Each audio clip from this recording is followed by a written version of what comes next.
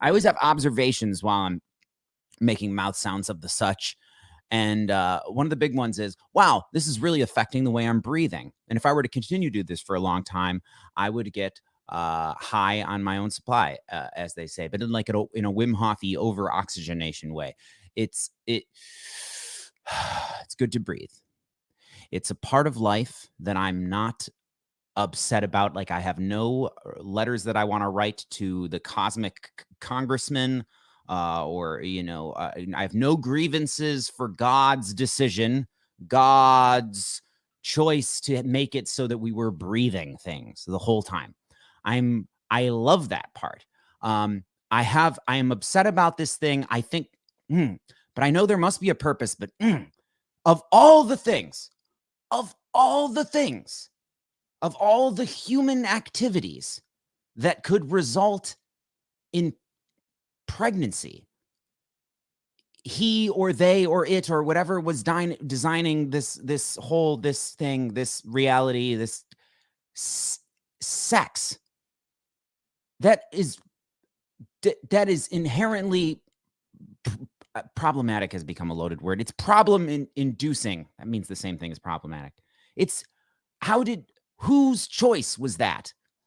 And which brings me to, because I have a lot of inner judgment about those who make complaints without having, anything, better to suggest, to put forth.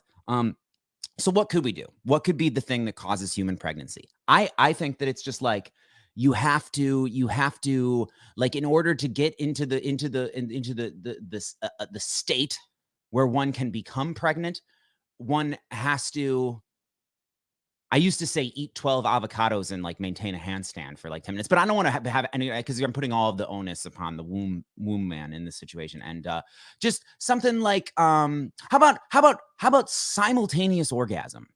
Only simultaneous, sincere, like it would be a physiological, mechanical thing of human that only if both were truly coming, a true, they say true love, only in a moment of true mutual orgasm could a human baby seed zygote that pregnancy only results in simultaneous orgasm. Could you imagine how much? And now I've like, of course, there are wonderful throngs of millions of humans that were conceived accidentally, who were so glad to have you here, and this is great.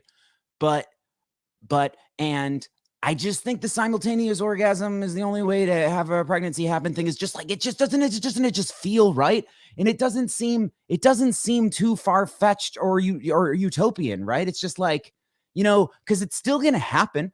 There's still gonna be accidental, because folks are into that. But to have something so willy-nilly as just because people are coming in each other all the time. People are coming before I intend to go live for a half hour.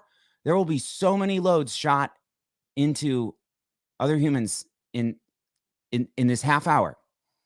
And, you know, as soon as you're born, happy reality, welcome, and let's have the best, let's have the best life possible.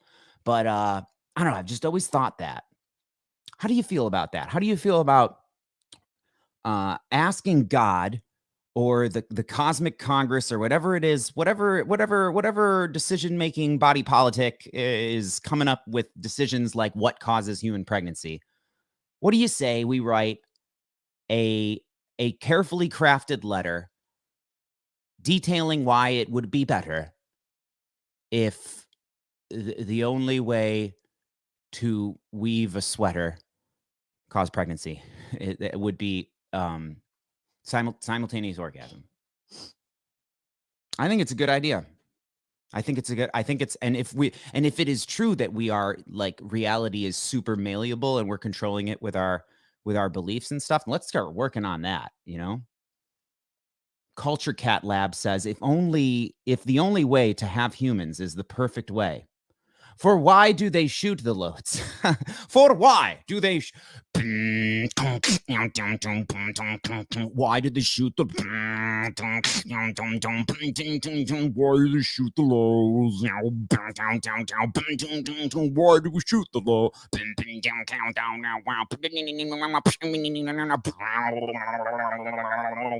My that was obnoxious. The kick that I'm on recently, and I feel like I'm embodying this fully lately. Not fully all the time.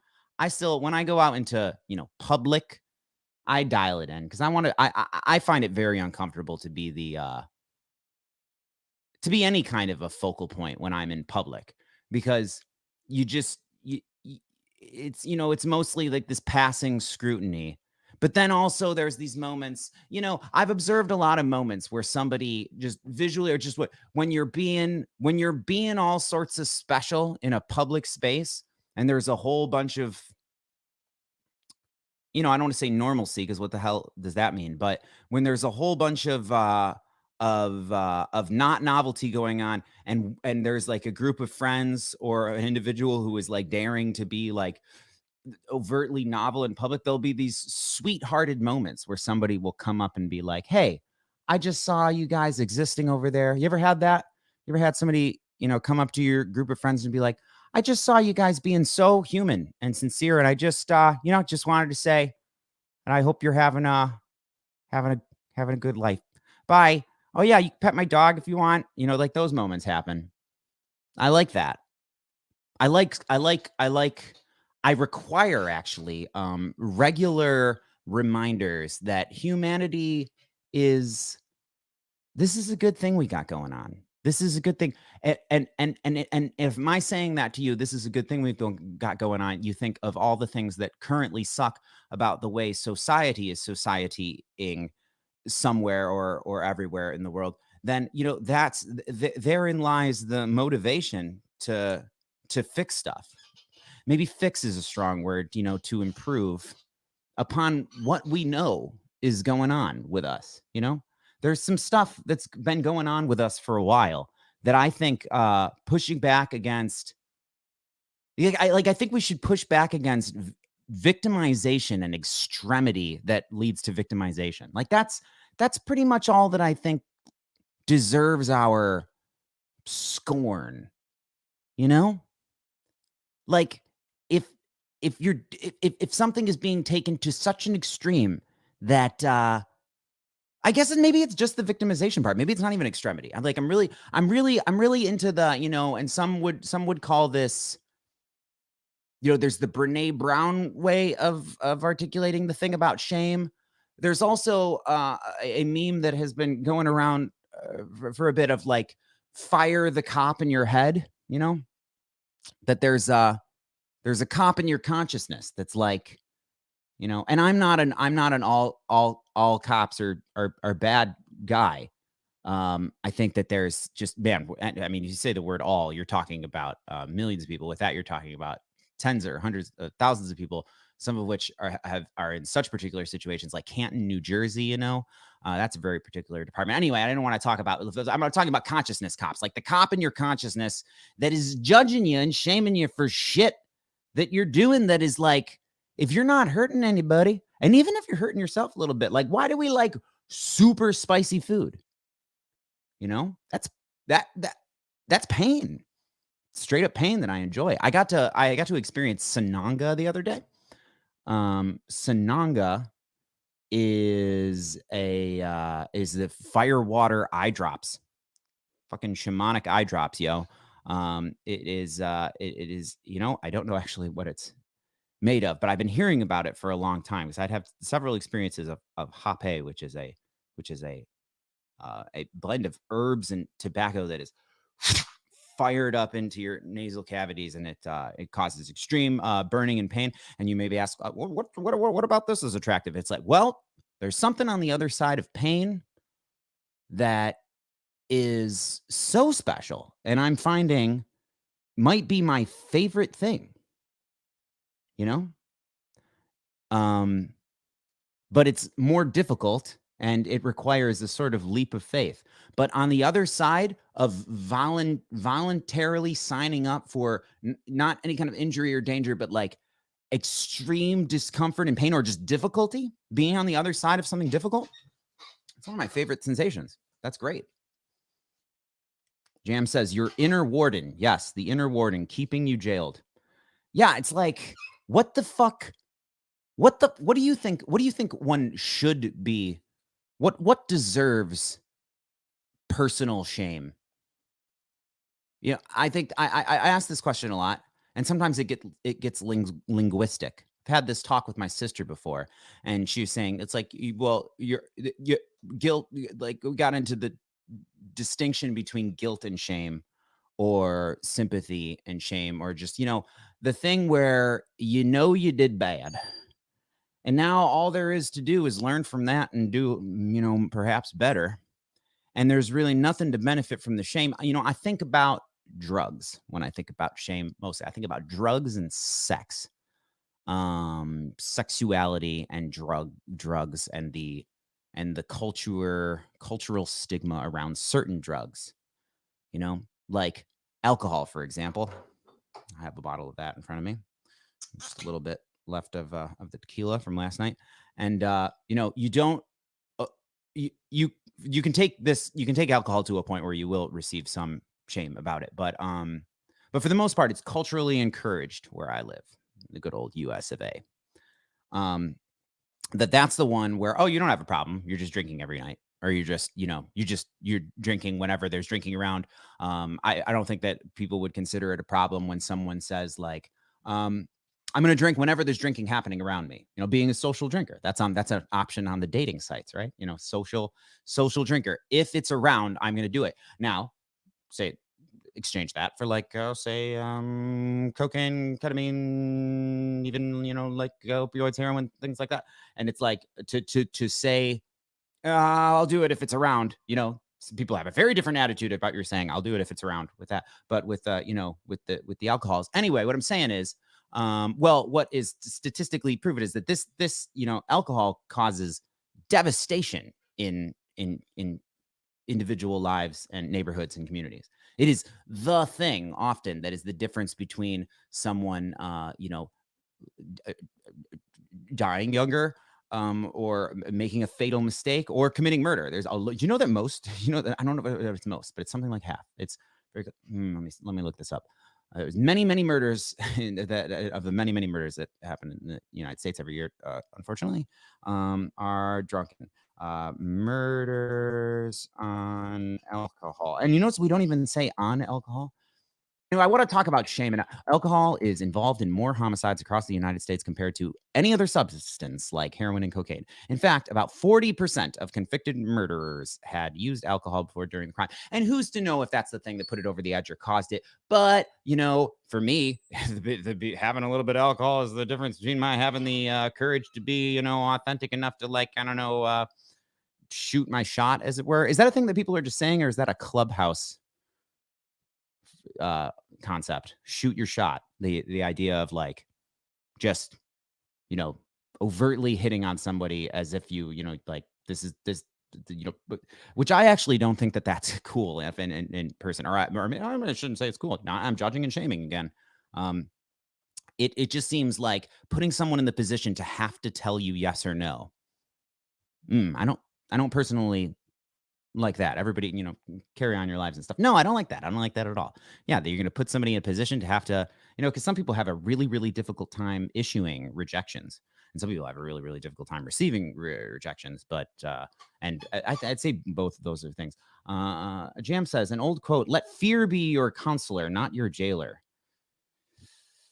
Shame has its place, right? Shame shall only be a precursor to transmutation of bad from good. It can. I mean, I think that's the argument that I've had before in little talks with my sister about it. It's like, well, I did a bad before.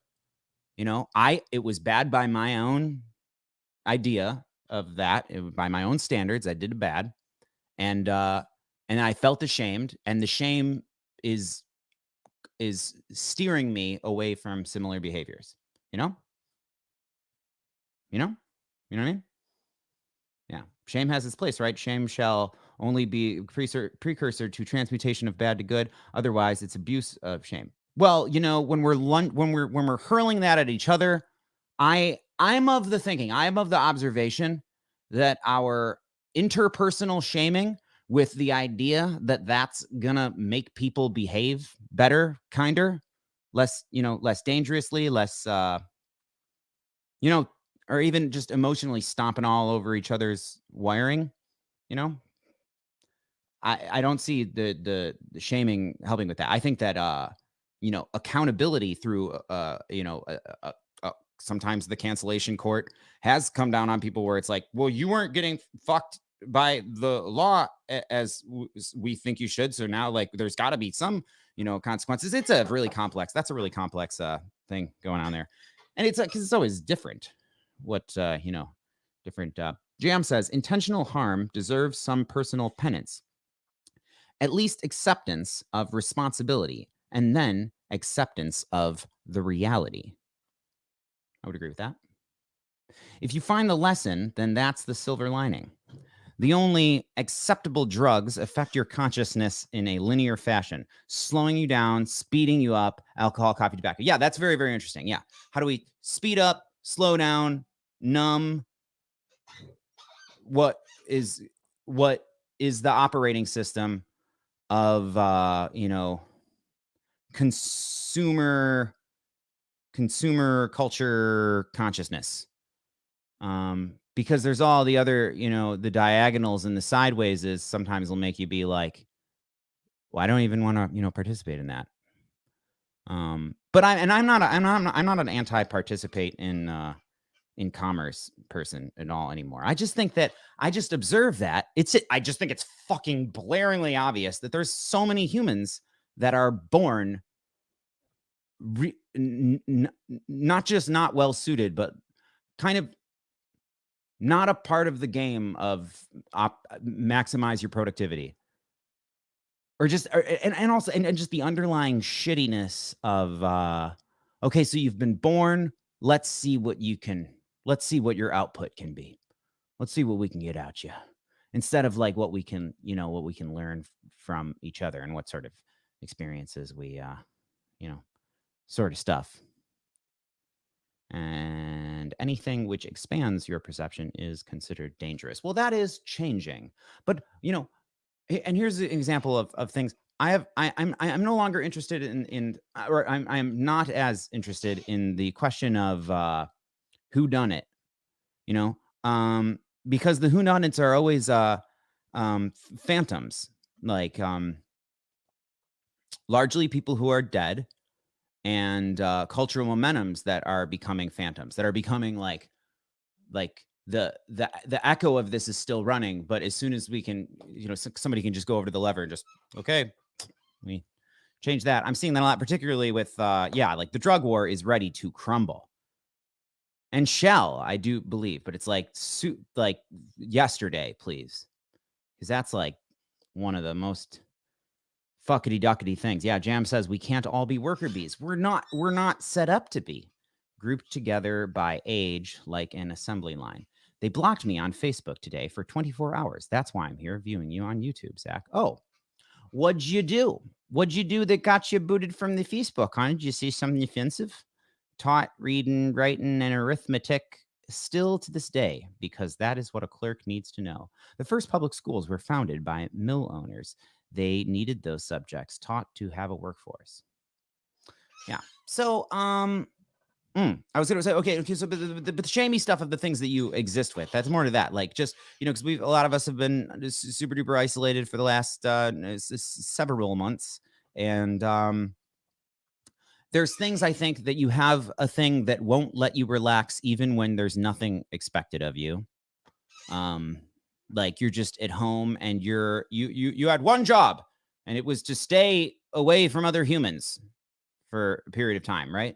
And even then, and some of you may have had the luxury of receiving unemployment benefits, and so you were like, needs were met, no less pressure to go forth and make something of yourself, and still there was this thing that was saying, that was judging and shaming you from within your consciousness. Now, getting that voice to shut the fuck up, I think, is actually impossible. Well, getting that voice, the voice will do different things if you address what is being asked of thee from within. Sometimes it's really just that you had something that was like enculturated and ingrained within your consciousness of, like, and it's not your own. But a lot of the times I find that there's something that is giving me a hard time from within my fucking psyche, and it's not something that I can or wish to lobotomize. More so figure out how to make that a thing that directs me in directions that I wish to go, Like, I fully fucked around and found out that when I try to be pure and wholesome and free of sin, with any kind of regular or and when I pretty much, that entire effort is counterproductive. I then have fits of rage, like, I need to be fucking Satan. Instead, and that only gets that crazy when it's like you're like, a bunch of, oh, naughty, naughty, shame, shame, get the fuck back in there, and then it builds up to this point where it's like, I want to destroy something beautiful, sort of stuff, But having a little spiciness to yourself, that's just great, I think. Yeah. Benjamin says, self-shame for not creating as much art as I thought I should. It was a bizarre experience. I had the same thing. I didn't make a lot of art during this time. In fact, I have been so the fuck not prolific on the YouTubes since for a while. And I feel like I'm near a thing where I can get into a healthy addiction with completion of stems of art. And I wish to, but also, I think that all that stuff tends to flow from a self that is not bummed out about not doing it. I suck at it. It has never helped me to be so bummed out about not doing a thing that I then do the thing. And back to the shame and the stigma around drug stuff.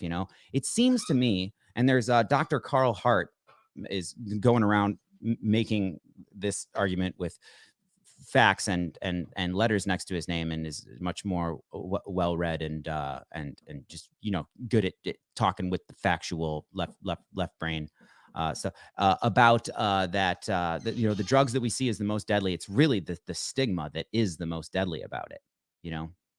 That the most dangerous thing is for a human to be cut off from community.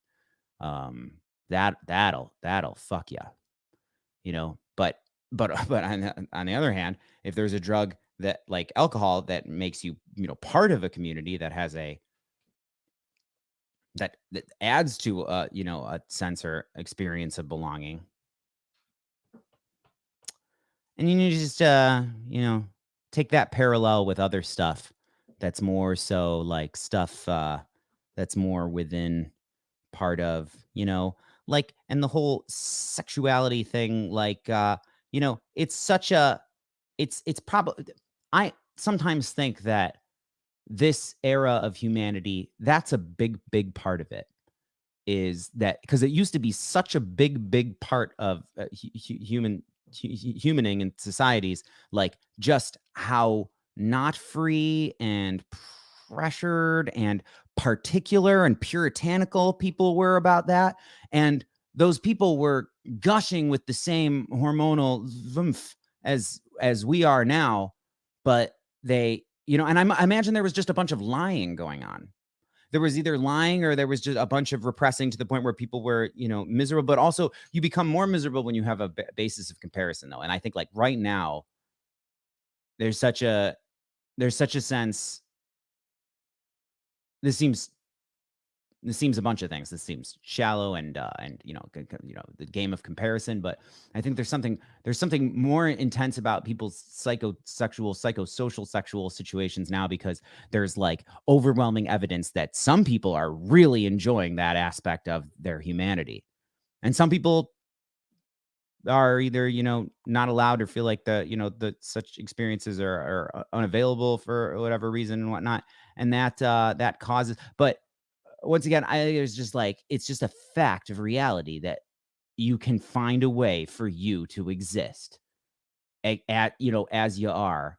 And that's I think what might be my definition of mental health, is you find a way for you to exist in a way in the world, to exist in the world. And by the world, I do mean, some level of society. But you notice that society is like there's places you could go that are society-ing way less, like, out in the country. Just, it's not like everybody can just fucking pack up and move to the country and fucking buy or build a fucking, poet's cabin out in the woods. But, there are places that you can go where there's not so much bustle. Like the difference between like living in fucking Manhattan or anywhere in New York City as compared to like where I grew up at 24 and Romeo Plank. It's just like, more wide open space. No, that was society-ing as fuck. You ever see the movie Thumbsucker? It does a really good job of showing the like spiritual desolation of the suburban American in the early 2000s experience. It does a great job. Also, it involves Adderall. It kind of has a similar thing going on as the Queen's Gambit. Queen's Gambit did a really good job of showing her relationship with, when somebody thinks they need a drug in order to perform. And I think that coffee is that for a lot of us in this society, in this culture now. Like, I hear that all the time. Somebody will just flat out say, I need coffee to exist in this environment. I will not participate or with any effectiveness or sincerity. Like, I need coffee to human. You hear that all the time. And the level of not shame that people have about that. I'm not saying be ashamed of the coffee, but that level of not shame allows people to have less just weight upon them, and reverberating self-doubt and rumination about something. It's Culture Cat says job culture is sort of trash. Work is different from job. I've been off for about 6 months now and feel so much better. I'm on Instagram and I use Discord now. No ads, no random ish, and forced notification dopamine traps. Hope you find it fine being off Facebook. Alphabet soups. I feel like I'm more addicted to the things on my phone than I've maybe ever been right now, because enter Clubhouse, because because I'm experiencing what really feels like genuine human connection, and participating in conversations that I feel like are really like helpful for me and everyone involved. Benjamin says humans are weird, but we're all here, and that's okay. This is my new perspective on life. Me too. Yeah, we're all here. like there was a time where there were certain regions of the world where I was like, oh wow, I don't know if that's reconcilable. Like I don't know if that's and and I still about, there's a rogue country or two where it's like, whoa, what's gonna happen with that? What's gonna but of all like the major religions of the world and just, I think we kind of just break things down into east and west mostly. People say that, but there's also a very particular thing of Middle East and Africa has its own cultural momentums that are very like grand grand ideas that are more focused on, you know, and it seems like the puzzle can and shall, come together over the course of the next several decades or whatever. But yeah, there's a couple little rogue countries that I'm, the ones. It's but then again, I don't know how much of that is my the propagandaing that are, but I've looked into it pretty thoroughly, and it's like, it's a tricky puzzle. I really hope we got our best people working on it. Oh, doesn't look like we do yet, but I think we're working up to getting some of our better people working on it. And by better and best, I just mean like, effective, capable. I did not go live to talk about politics this time. I wanted to talk about, embracing humanity and stuff, embracing one's humanity. Yeah. And I'm proud of you too, Mary Andre. I'm proud of you for wait, no, who was the one who gave it up? No, it's Culture Cats who gave it up. You got kicked off of Facebook. But if you want to feel pride about your going 24 hours without Facebook, even though you were kicked off of it, feel that. I think that I want humans to feel good, while we're here. Because it is not a zero-sum game, nor is it a game where feeling good when you're not, doing the heavy work of reality, I think helps you do the heavy work of reality when you're in that mode again. I really do think that. And I see those who never fun or who rarely fun, lose the sincerely felt, desire to participate and to be here. Hi, I have bum fluff. Your net handle is a visual. I have bum fluff.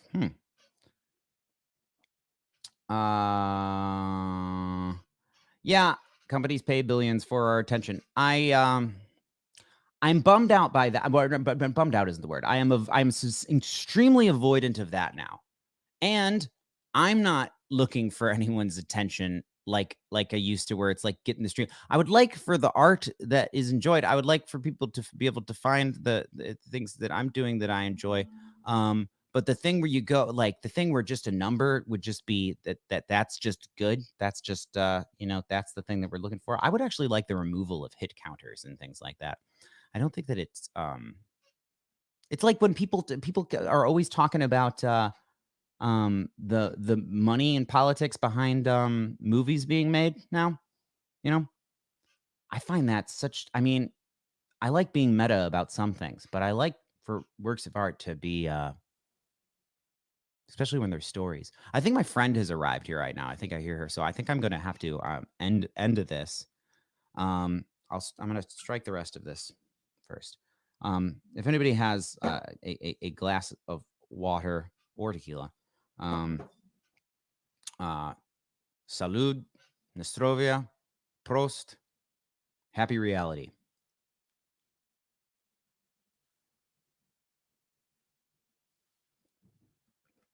Naughty person.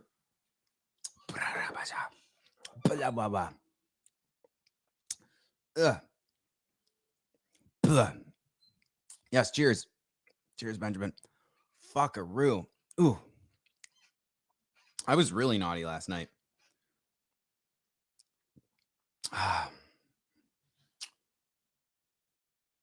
Oh boy.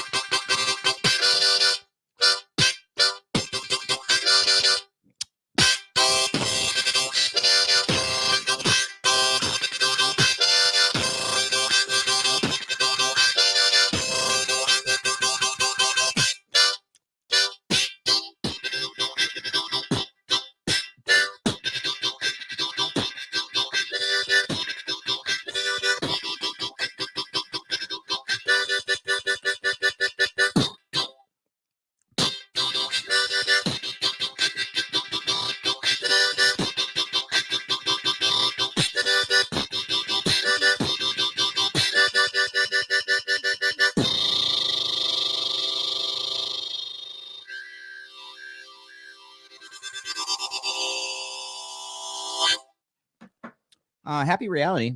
Merry existence to all. Remember dreaming.